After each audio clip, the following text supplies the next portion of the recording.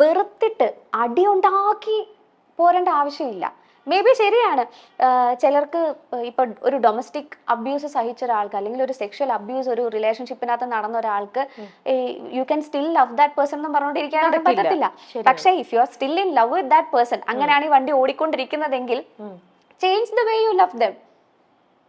അത്രേ ചെയ്യാനുള്ളൂ അതിനകത്ത്. It takes time. കുറച്ചാൾ കഴിഞ്ഞ് കഴിയുമ്പോൾ നമുക്ക് തന്നെ മനസ്സിലാകും, നമ്മൾ തന്നെ വരയ്ക്കേണ്ട സാധനം ബോർഡറൊക്കെ വരയ്ക്കേണ്ടത് വരച്ച് നമ്മൾ മൂവ് ഓൺ ചെയ്യും. അങ്ങനെയാണെങ്കിൽ ഇപ്പം നമ്മൾ റിലേഷൻഷിപ്പിനെ കുറിച്ചല്ലേ പറയുന്നത്. ഇപ്പൊ ഈ അഞ്ജുവിന്റെ തന്നെ റിലേഷനിലാണെങ്കിലും അഞ്ജു ഇപ്പൊ ഇതുപോലെ പലതവണ ഇങ്ങനെ നിങ്ങൾ ഇതായിട്ടുണ്ടാവും. ഓക്കെ, ഞാൻ ചാൻസ് കൊടുക്കാം, വീണ്ടും ഇങ്ങനെ ഇതായി. പക്ഷെ നമ്മൾ എല്ലാവരും അതേല്ലേ, നമ്മൾ ആരും ഫസ്റ്റ് ഇതിൽ തന്നെ നമ്മൾ എന്നെ കൊണ്ട് പറ്റില്ല എന്ന് പറഞ്ഞാൽ നമ്മൾ വിട്ടുപോരില്ല. നമ്മൾ ഈ പറയുന്ന പോലെ ജെന്യുവൻ ആയിട്ടുള്ള ഒരു സ്നേഹം നമ്മുടെ ഇടയിലുണ്ടെങ്കിൽ നമ്മൾ അവർ മൾട്ടിപ്പിൾ ചാൻസസ് നമ്മൾ കൊടുക്കും. പല തവണയും കൊടുത്തിട്ടും നമുക്ക് ആ ഒരു നമ്മളൊരു ലൂപ്പ് ക്രിയേറ്റ് ചെയ്യാണ്. എഗെയിൻ എനിക്കിത് വർക്ക്ഔട്ട് ആവുന്നില്ല, ഓക്കെ, ഈ ഒരു ഇതെനിക്ക് ശരിയാവണില്ല എന്ന് നമുക്കൊരു പോയിന്റിൽ നമുക്ക് ആർക്കും നമ്മുടെ മൈൻഡ് അങ്ങനെ തോന്നും അല്ലേ. അങ്ങനെ അഞ്ജുവിന് തോന്നിയിട്ട് അഞ്ജു തന്നെയാണോ ഇനി ഇത് വേണ്ട എന്നും പറഞ്ഞ് അത് ബ്രേക്കപ്പ് ചെയ്ത് പോണ ആണോ? എക്സാക്ട്ലി. കാരണം നമുക്കിത് ആരെങ്കിലും ഒരാൾ ആ മൂവ് എടുത്തല്ലേ പറ്റത്തുള്ളൂ അതിനകത്ത്. പക്ഷെ അവിടെ നമ്മുടെ നമ്മുടെ ആംഗിളിലും നമ്മുടെ ഇതിലല്ലേ നമ്മൾ തിങ്ക് ചെയ്യണത്. അപ്പൊ ഞാൻ കാൽക്കുലേറ്റ് ചെയ്തതോ അല്ലെങ്കിൽ ഞാൻ തിങ്ക് ചെയ്യണതോ ശരിയാണോ? ഞാൻ ഈ വിചാരിക്കുന്ന പോലെ തന്നെ ആയിരിക്കുമോ ചിലപ്പോൾ ഫാക്ടർ എനിക്ക് തെറ്റിയതായിരിക്കുമോ? അങ്ങനെ ഒരു പ്രാവശ്യം കൂടെ എന്നാ ചാൻസ് കൊടുക്കണം. ഞാനൊരു പക്ഷെ ഞാൻ ആലോചിക്കുന്നതിന്റെ കുഴപ്പമാണോ, ഞാൻ എന്ന് ഇങ്ങനെ മാറാം, എന്റെ തോട്ടിന്റെ കുഴപ്പമായിരിക്കും. അങ്ങനെ പ്രത്യേകിച്ചും ഇങ്ങനെ നമുക്കിപ്പോ ആങ്സൈറ്റി ഉണ്ടല്ലോ അഞ്ജുവിനെ സംബന്ധിച്ച്. അപ്പം ഞാനിങ്ങനെ ടൂ മച്ച് ആങ്ഷ്യസ് ആണ് എല്ലാ കാര്യത്തിലും. അപ്പൊ ഒരു പക്ഷെ എനിക്ക് റോങ് ആവാലോ. അപ്പം ഞാൻ ഈ ട്രാക്ക് മാറ്റി പിടിച്ചാൽ ചിലപ്പോൾ ഇത് സ്മൂത്ത് ആയി പോയാലോ, അങ്ങനെ അങ്ങനെ ചിന്തിച്ചിട്ടുണ്ടോ? ഇതിന്റെ ഒരു വിഷയം ഈ സംഭവത്തിന് എനിക്ക് ഉത്തരം പറയാൻ പറ്റാത്തതിന്റെ ഒരു കാരണം എന്താ വെച്ചാൽ എനിക്ക് ആ റിലേഷൻഷിപ്പ് ബ്രേക്ക് ആയതിന്റെ കാരണം എനിക്ക് പറയാൻ പറ്റത്തില്ല. സോ അത് പറയാത്തോടത്തോളം കാലം ഞാൻ ഇതിന് പറയാൻ പറ്റുന്നില്ല, ആൻസർ ചെയ്യാൻ എനിക്ക് പറ്റത്തില്ല. ക്ലിയർ ആയി. ഓക്കെ, സാരില്ല, വിട്ടേക്കും. അപ്പൊ എന്തായാലും ആ ഒരു ഇതിൽ നിന്നും നമുക്ക് നമുക്ക് ഒരുപാട് വർഷത്തെ നമ്മുടെ ആ ഒരു ഇൻവെസ്റ്റ്മെന്റും നമ്മുടെ ഒരു ഇതല്ലേ. പക്ഷെ അതിൽ നിന്ന് അഞ്ജുവിനെ അപ്പൊ ഹെൽപ്പ് ചെയ്തത് അഞ്ജു തന്നെയാണോ, ഈ പറയുന്ന ഒരു ഡോക്ടറിനാണോ? ഇവരെല്ലാരും നമ്മളെ ഹെൽപ്പ് ചെയ്യാൻ നോക്കും. At the end of the day നമ്മൾ തന്നെ നമ്മളെ പൊക്കിക്കൊണ്ട് വന്നേ പറ്റത്തുള്ളൂ. No one can help us എന്താ പറയാ ബെറ്റർ ദാൻ അവർ സെൽഫ്. കാരണം ഇപ്പോൾ സിമ്പിളായിട്ട് ഞാനൊരു എക്സാമ്പിൾ പറയാം. നമ്മുടെ ഇപ്പൊ എന്നെ പാട്ട് പഠിപ്പിക്കുന്ന ബേണി ഇഗ്നേഷ്യസിലെ ബേണി സാറാ, ഹിന്ദുസ്ഥാനി പഠിപ്പിക്കുന്നത്. ബേണി സാറിന് എന്നെ പാട്ട് പഠിപ്പിക്കാനേ പറ്റത്തുള്ളൂ. പുള്ളി ക്ലാസ് എല്ലാ തിങ്കളാഴ്ചയാണ് എൻ്റെ ക്ലാസ്. തിങ്കളാഴ്ച രാവിലെ 10:30 സാർ എന്നെ പഠിപ്പിക്കുന്നു. സാർ എന്നെ കുറേ ചൊട്ടഗായൽ പഠിപ്പിക്കുന്നു, കുറേ രാഗം പഠിപ്പിക്കുന്നു. ഇതെല്ലാം പുള്ളി പഠിപ്പിച്ചു. പക്ഷെ ഞാനത് പഠിക്കണ്ടേ? അത് ഞാൻ വിചാരിച്ചാലേ നടക്കത്തുള്ളൂ. പഠിക്കണോ? സെയിം തിങ് അപ്ലൈസ് വിത്ത് തെറപ്പി. നമ്മൾ വെറുതെ തെറപ്പിക്ക് പോയിരുന്ന അവര് തരുന്ന മരുന്ന് മാത്രം കഴിച്ചിട്ട് അവർ പറയുന്ന കാര്യങ്ങളൊന്നും ചെയ്യുന്നില്ല. നമ്മൾ പിന്നെയും ആ ഒരു ലൂപ്പിൽ തന്നെ കിടന്ന് കറങ്ങിക്കൊണ്ടിരിക്കുവാണ്. നമ്മൾ ബൗണ്ടറി വെക്കുന്നില്ല, അല്ലെങ്കിൽ നമ്മൾ ആ ഒരു ആ എൻവയോൺമെന്റിൽ തന്നെ നമ്മൾ ഇപ്പോഴും നിൽക്കുവാണെങ്കിൽ ഹൗ കം ഒരു വ്യത്യാസം ഉണ്ടാകും? സോ അത് നമ്മളും കൂടെ വർക്ക് ചെയ്താൽ മാത്രമേ ഉള്ളൂ. ഇപ്പോൾ എല്ലാവരും അതിനുള്ളൊരു പ്രിവിലേജ്ഡ് സിറ്റുവേഷനിലാണോ എന്ന് ചോദിച്ചാൽ അല്ലാത്ത ഇഷ്ടം പോലെ ആൾക്കാരുണ്ട്. ഇപ്പോൾ ഒരു ടോക്സിക് ആയിട്ടുള്ള സിറ്റുവേഷനിൽ നിന്നിട്ട് അതിൽ ഒബ്സസ്ഡ് ആയിട്ട് നിൽക്കുന്ന ആൾക്കാരും ഉണ്ട്. അല്ലേ? എനിക്കറിയാവുന്ന എത്രയോ ആൾക്കാരുണ്ട്. ഇപ്പം ഞാൻ ഈ ഒരു കാര്യം ഓപ്പണപ്പ് ചെയ്ത് കഴിഞ്ഞ് കഴിഞ്ഞാൽ പിന്നെ ഞാനിത് ഓപ്പണപ്പ് ചെയ്തതിൻ്റെ തന്നെ കാരണം കുറേ പേര് ഇതിൻ്റെ താഴേക്ക് വന്ന് കമൻ്റൊക്കെ ഇടാറുണ്ടായിരുന്നു ആ സമയത്ത്. ഇവളിത് പറഞ്ഞതുകൊണ്ടല്ലേ ഇങ്ങനെ ന്യൂസും കാര്യങ്ങളൊക്കെ വരുന്നത്. ഞാനത് പറഞ്ഞതിൻ്റെ ഒരു മേജർ കാരണം, it's not a crime to divorce. If a relationship is not working, it's okay to go for a divorce, അല്ലെങ്കിൽ ഒരു ബ്രേക്കപ്പ്. ഒരു ടോക്സിക് ഇതിനകത്ത് നിങ്ങൾ നിന്ന് നിങ്ങളുടെ ജീവിതം കളയുന്നതിൽ നല്ലത്, അല്ലെങ്കിൽ ഒരു ശരി നിങ്ങൾക്ക് അങ്ങനെ കണ്ടിന്യൂ ചെയ്ത് പോകാനാണ് താല്പര്യമെങ്കിൽ that's okay, that's up to you. പക്ഷെ ഡിവോഴ്സ് ചെയ്ത ആൾക്കാരെല്ലാം പ്രശ്നക്കാരാണ്, മോശമാണ്. ഇപ്പോൾ സിമ്പിളായിട്ട് വരുവാണെങ്കിൽ ഇപ്പൊ ഈ ഇന്റർവ്യൂ പുറത്ത് വന്നു കഴിഞ്ഞ് കഴിയുമ്പോൾ ഇതിനകത്തൊരു മേജർ സാധനം വരാൻ പോകുന്നത് ഞങ്ങൾ അന്നേ പറഞ്ഞില്ലേ, ഇവളുടെ ഭാഗത്താ പ്രശ്നം.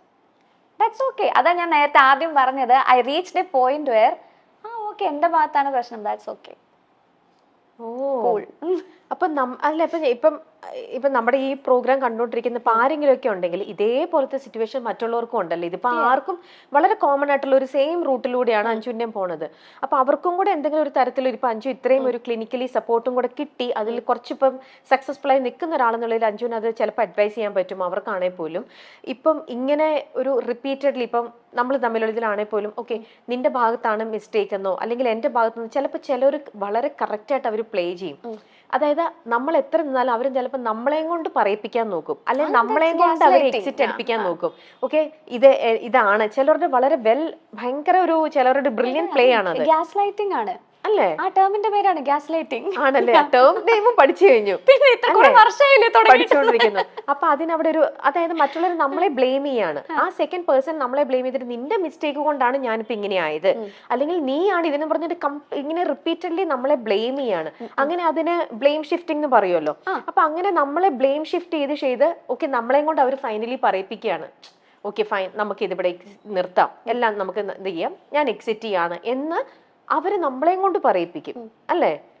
അതിൽ ഞാൻ കണ്ടിട്ട് ഇത് അത്ര ഇമ്പോർട്ടന്റ് ആയിട്ടുള്ള ഒരു കാര്യമല്ല. കാരണം ആര് ഇത് പറഞ്ഞാലും ഇതിന്ന് രക്ഷപ്പെട്ടാ പോരെ. എന്തിനാ ഇങ്ങനെ ചിന്തിക്കുന്നത്? ഇപ്പൊ അവര് നമ്മളെ കൊണ്ട് പറയിപ്പിച്ചാലും നമ്മൾ അവരെ കൊണ്ട് പറയിപ്പിച്ചു. ഇപ്പൊ ആര് എന്താ ബ്രേക്കപ്പ് പറഞ്ഞാലും അതൊരു ടോക്സിക് റിലേഷൻഷിപ്പ് ആണെങ്കിൽ ആര് ബ്രേക്കപ്പ് പറഞ്ഞാലും അവര് നമ്മളെ കൊണ്ട് പറയിപ്പിച്ചതാണെങ്കിൽ പോലും ദാറ്റ്സ് ഗുഡ്, റൈറ്റ്? അങ്ങനെ എടുത്താ പോരെ. പക്ഷെ അങ്ങനെ ഇത് ഇപ്പം നമ്മൾ തമ്മിലുള്ള ഫ്രണ്ട്ഷിപ്പിനിടയിലും ഞാൻ പെട്ടെന്ന് അങ്ങ് ഓക്കെ കല്ലിവലി നമുക്കെന്നാ പിരിയാന്ന് പറഞ്ഞ് ഒരു നേരത്തെ എന്റെ ഒരു ദേഷ്യത്തിൽ ചുണ്ടി എടുത്തിട്ട് ഞാൻ ഇറങ്ങിപ്പോയി കഴിഞ്ഞാൽ പിന്നീട് നമ്മൾ ലൈഫിൽ നമുക്ക് ദൈവം മറവി തന്നിട്ടുണ്ടല്ലോ. അപ്പൊ നമ്മൾ അതിൽ പിന്നീട് അയ്യോ ഞാൻ അവിടെ ഇങ്ങനെ ചെയ്തിരുന്നെങ്കിൽ എനിക്ക് അവരുമായിട്ടുള്ള റിലേഷൻ കണ്ടിന്യൂ ചെയ്യാമായിരുന്നു, ഞാൻ അവിടെ ഒന്നും റിഗ്രറ്റ് ചെയ്ത്, അങ്ങനെ നമുക്ക് ചിലപ്പോൾ ഒരു റിഗ്രറ്റ് തോന്നാം ലൈഫിൽ അല്ലേ? നമ്മള് മേ ബി മൾട്ടിപ്പിൾ ചാൻസസ് കൊടുത്തിട്ടല്ലേ നമ്മള് ഇതിനകത്തുനിന്ന്. എന്നെയൊക്കെ സംബന്ധിച്ച് ഞാനൊക്കെ ഇപ്പോൾ ഒരു ഫ്രണ്ട്ഷിപ്പ് കട്ട് ഓഫ് ചെയ്യുന്നതാണെങ്കിലും അല്ലെങ്കിൽ ഒരു റിലേഷൻഷിപ്പ് കട്ട് ഓഫ് ചെയ്യുന്നതാണെങ്കിലും ഞാൻ ഇഷ്ടംപോലെ ചാൻസ് കൊടുക്കും ആൾക്കാർക്ക്, ഇഷ്ടംപോലെ ചാൻസ് കൊടുക്കും. ചാൻസ് കൊടുത്തിട്ട് പറ്റുന്നില്ല എന്ന് കണ്ടാൽ മാത്രമേ ഉള്ളൂ ഇത്. അതിനകത്തും I don't stop loving them or I don't stop caring about them. നാളെ അവർക്കൊരു ബുദ്ധിമുട്ടുണ്ടായാൽ ഞാൻ ചെല്ലത്തില്ല എന്നല്ല, ഞാൻ ചെല്ലും. പക്ഷെ എന്നെ ഹേർട്ട് ചെയ്യാനുള്ള സാധനം ഞാൻ സമ്മതിക്കത്തില്ല, അത് ഞാൻ വരയ്ക്കും. മേ ബി അതിനെ വേണമെങ്കിൽ സെൽഫിഷ്നെസ് എന്ന് വിളിക്കാം, ദാറ്റ്സ് ഓക്കെ. അത് എനിക്ക് വരയ്ക്കേണ്ട ബോർഡർ ഞാൻ വരയ്ക്കും. അതായത് ഓൾറെഡി നമ്മളെ ഒരുപാട് ഹേർട്ട് ചെയ്തിട്ടുണ്ട്, നമ്മൾ ഒരുപാട് വേദനിപ്പിച്ചിട്ടുണ്ട്. ഇനിയും അവർക്ക് എന്തെങ്കിലും ഒരു ആവശ്യം വന്നാലും നമുക്ക് അവരെ ഇഷ്ടമായതുകൊണ്ട് നമ്മൾ അവിടെ ചെയ്തു കൊടുക്കാം. ഇപ്പൊ അവർക്കൊരു സപ്പോസ് ഒരു ആക്സിഡന്റ് ഉണ്ടായി, അവരുടെ എമർജൻസി കോണ്ടാക്ട് നമ്മൾ ആണെന്നിരിക്കട്ടെ, മാറ്റിയിട്ടില്ല, കോള് വന്നു, അത് വളരെ മാനുഷികമായിട്ടുള്ള ഒരു കാര്യമാണ്. ജസ്റ്റ് ബീങ് കൈൻഡ്, അത്രേ ഉള്ളൂ. ദാറ്റ് ഡസന്റ് മീൻ നാളെ അവർക്ക് പിന്നെയും എന്റെ തലയിൽ കയറിയിരുന്ന് നിരങ്ങാനുള്ള ചാൻസ് ഞാൻ കൊടുക്കും എന്നുള്ളത് അല്ല. ഞാന് ഈ നമുക്ക് ജസ്റ്റ് ഫോർഗീവ് പീപ്പിൾ എളുപ്പമുള്ള കാര്യമൊന്നുമല്ല. ക്ഷമിക്കാം, പക്ഷെ മറക്കേണ്ട ആവശ്യമില്ല. എന്താ അവര് ചെയ്തതെന്നുള്ളത് നമ്മൾ മറക്കേണ്ട ആവശ്യമില്ലല്ലോ. അതൊന്ന് ഓർത്ത് വെച്ചാൽ മതി. അപ്പൊ ഒരു തയ്യകലത്തിൽ നിർത്തിയാൽ മതി. അത് എവിടെ നിർത്തണം, അവരെവിടെ നിൽക്കണം, നമ്മളെവിടെ നിൽക്കണം എന്നുള്ള ആ ബോർഡർ വരയ്ക്കുന്നത് നമ്മളായാൽ കാര്യങ്ങൾ കുറച്ചും കൂടെ എളുപ്പമായിരിക്കും. ഇതൊന്നും ചിലപ്പോ കേൾക്കുന്ന ആൾക്കാർക്കും മനസ്സിലാവുന്നുണ്ടാവത്തില്ല. എനിക്ക് കറക്റ്റ് ആയിട്ട് മനസ്സിലാവുന്നുണ്ട്, ആർക്കും മനസ്സിലാവുന്നുണ്ട് അഞ്ജു, വളരെ ക്ലിയർ ആയിട്ട് തന്നെ. കാരണം നമുക്ക് ആർക്കാണെങ്കിലും നമുക്കിത് റിലേറ്റ് ചെയ്യാൻ പറ്റുന്ന ഒരു കാര്യം തന്നെയാണ് അഞ്ജു പറയണത്. ഇറ്റ്സ് നത്തിങ് അങ്ങനെ ഒരു ഇതൊന്നും അല്ല. നമ്മുടെ സൊസൈറ്റിയിലും അല്ലെ നമ്മുടെ ഇടയിലും ഇത് ഒരിക്കലും ഒരു എളുപ്പമുള്ള പ്രോസസ്സാണെന്ന് ഞാൻ പറയത്തേ ഇല്ല. ഇത് വളരെ ബുദ്ധിമുട്ടുള്ള, ഒരുപാട് ശ്രമം കൊണ്ട് നമ്മള് പല തവണയും തോറ്റ് റോക്ക് ബോട്ടം, ഞാൻ എത്ര തവണ റോക്ക് ബോട്ടം ഹിറ്റ് ചെയ്തിട്ടുണ്ടെന്ന് എനിക്ക് തന്നെ അറിയത്തില്ല. റോക്ക് ബോട്ടം ഹിറ്റ് ചെയ്ത് കഴിഞ്ഞ് കഴിയുമ്പോൾ thankfully I have people around me who are really supportive എന്നല്ല ഞാൻ പറയേണ്ടത്, who understand what I am going through എന്നുള്ളത് മനസ്സിലാക്കാൻ കഴിവുള്ള കൂട്ടുകാരുണ്ട്. ഇപ്പൊ ഞാൻ ഇന്ന് ഇവിടെ വന്ന് ചിരിച്ചിരിക്കുവാണെങ്കിൽ മേ ബി ചിലപ്പം ചേച്ചിക്ക് മനസ്സിലാവുന്നുണ്ടാവില്ല, അല്ലെങ്കിൽ ഞാനൊരു സ്റ്റേജിൽ പെർഫോം ചെയ്യുമ്പോൾ ഒരു ഓഡിയൻസിന് മനസ്സിലാവുന്നുണ്ടാവില്ല I was going through a depression phase എന്നുള്ളത് മനസ്സിലാവുന്നുണ്ടാവത്തില്ല. പക്ഷെ ക്ലിയർലി നമ്മൾ ചിരിച്ച മുഖം കൊണ്ട് നിന്നാലും മനസ്സിലാക്കുന്ന കൂട്ടുകാരുണ്ട്. തീർച്ചയായിട്ടും നമ്മുടെ ഒരു കോളും കൊണ്ട് ചിലപ്പോ ഹലോ എടി എവിടാ എന്ന് ചോദിക്കുമ്പോഴേ എന്താടി പറ്റിയത് എന്ന് ചോദിക്കുന്ന ഉണ്ട്, കൂട്ടുകാരുണ്ടാകും. തീർച്ചയായിട്ടും. അല്ലെങ്കിൽ അങ്ങനെയുള്ള ആൾക്കാരുള്ളതാണ് നമ്മുടെ ഏറ്റവും വലിയൊരു ഭാഗ്യം. മലയാളികൾക്ക് സുപരിചിതയായ ഗായികയാണ് അഞ്ജു ജോസഫ്. സംഗീത റിയാലിറ്റി ഷോയിലൂടെയാണ് അഞ്ജു കടന്നു വന്നത്.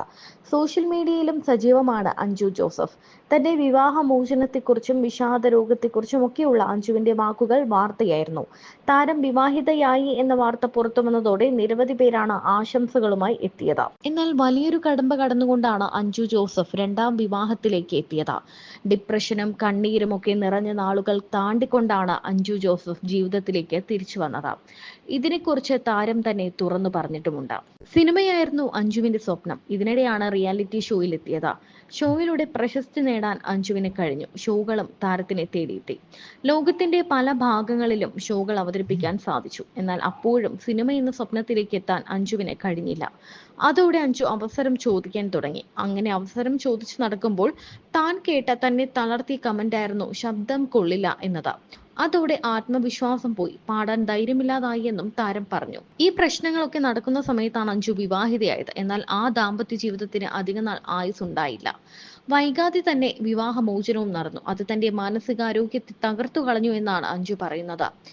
പക്ഷേ അവിടെ ചെന്നപ്പോഴാണ് അറിയുന്നത് എനിക്ക് OCD ഉണ്ട്, ഒബ്സസീവ് കമ്പൾസീവ് പേഴ്സണാലിറ്റി ഡിസോർഡറും. അതെ, അപ്പൊ അത് OCPD ആണ്. OCPD ഉണ്ട്. OCPD ആണുള്ളത് അല്ലേ? പക്ഷേ ആൾക്കാർക്കൊരു തെറ്റിദ്ധാരണയാണ് ഈ വൃത്തിയാണ് OCD എന്നൊരു തെറ്റിദ്ധാരണയുണ്ട്. അതൊന്നും അത് അല്ല. മാത്രല്ല, അതൊന്നും അല്ല, അല്ല അതുമാണ്. അതുമാണ്. നമ്മൾ ചില obsession കാര്യങ്ങൾ ഉള്ളതാണ്. ഒബ്സഷൻ എന്തിനോടെങ്കിലും നമുക്ക് തോന്നിയാൽ നമ്മൾ അതിൽ ഇങ്ങനെ റിപ്പീറ്റീവ് ആയിട്ട് നമ്മൾ ചെയ്തുകൊണ്ടിരിക്കും. ചെയ്തുകൊണ്ടിരിക്കുന്നതാണ് വിഷയം. ഇപ്പൊ അങ്ങനെ ഒരു സാധനം ചെയ്തില്ലെങ്കിൽ നിങ്ങൾക്ക് വിഷയമാണെങ്കിൽ അത് OCD ആണ്. അപ്പൊ ഇപ്പൊ തൊട്ട് മുന്നേ പറഞ്ഞില്ലേ എനിക്കൊരു ആങ്സൈറ്റി ഉണ്ട്, ഞാനിപ്പോ ഒരു ഇതെടുക്കുന്നു.